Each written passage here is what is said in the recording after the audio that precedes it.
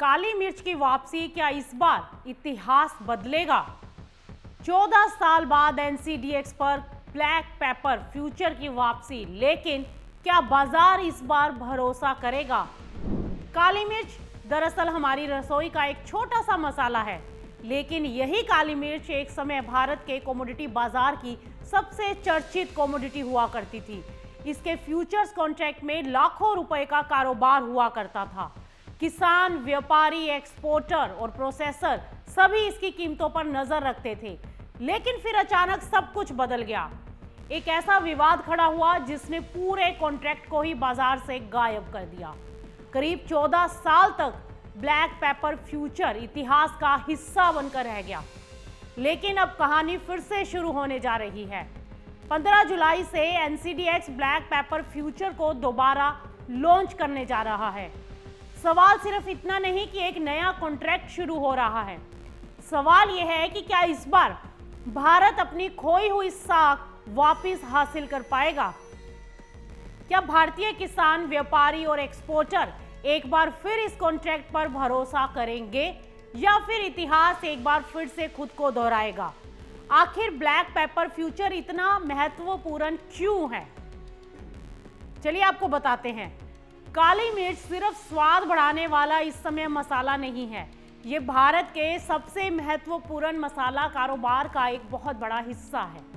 हजारों किसान, सैकड़ों व्यापारी, दर्जनों प्रोसेसर और दुनिया भर के खरीदार इसके भाव पर नजर बनाए रखते हैं, और यही वजह है कि फ्यूचर मार्केट सिर्फ खरीद बिक्री का प्लेटफॉर्म नहीं होता, ये तय होता है यहाँ पर कि आने वाले समय की कीमतों की दिशा क्या होगी।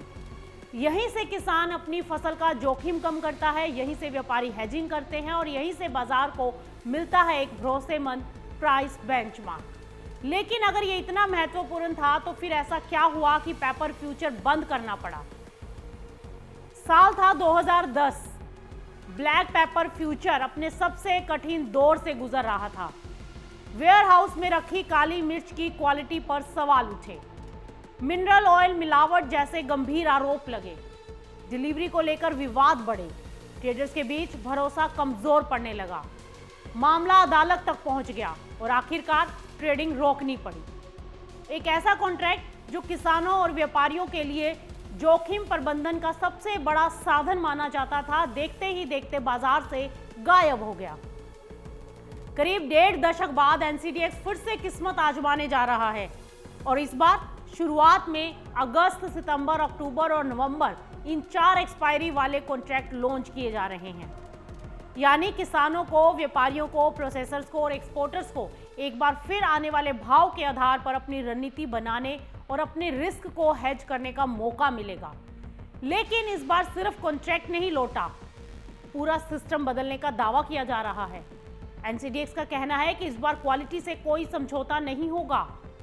एफएसएसएआई के स्टैंडर्ड्स के अनुसार क्वालिटी जांच होगी, नमी की सीमा तय होगी, फफूंदी वाले दानों पर सख्त कंट्रोल रहेगा, वेयरहाउस ऑडिट होगा, सैंपलिंग होगी और निरीक्षण पहले से ज्यादा मजबूत होगा।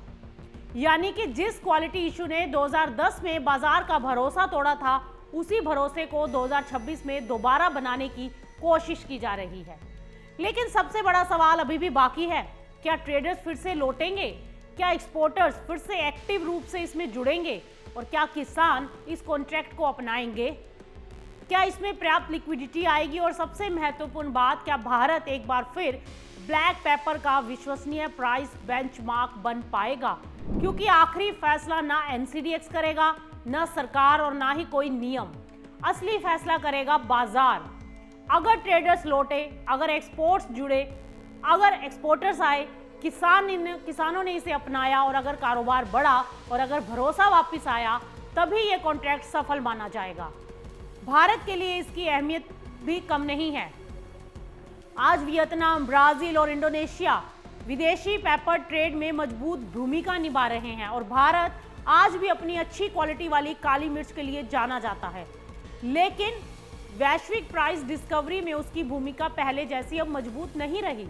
अगर एनसीडीएक्स इस कॉन्ट्रैक्ट को सफल बना पाया तो भारत एक बार फिर से ब्लैक पेपर के अंतर्राष्ट्रीय भाव तय करने वाले प्रमुख देशों में अपनी मजबूत पहचान बना सकता है। 15 जुलाई सिर्फ एक ट्रेडिंग तारीख नहीं होगी, ये भारतीय कमोडिटी बाजार के भरोसे की परीक्षा होगी।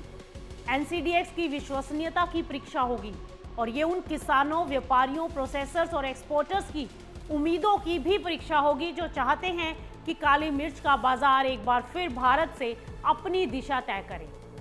क्योंकि कमोडिटी बाजार में सबसे बड़ी पूंजी सिर्फ पैसा नहीं होती, सबसे बड़ी पूंजी होती है भरोसा। और 15 जुलाई को यही भरोसा एक बार फिर इम्तिहान देने जा रहा है।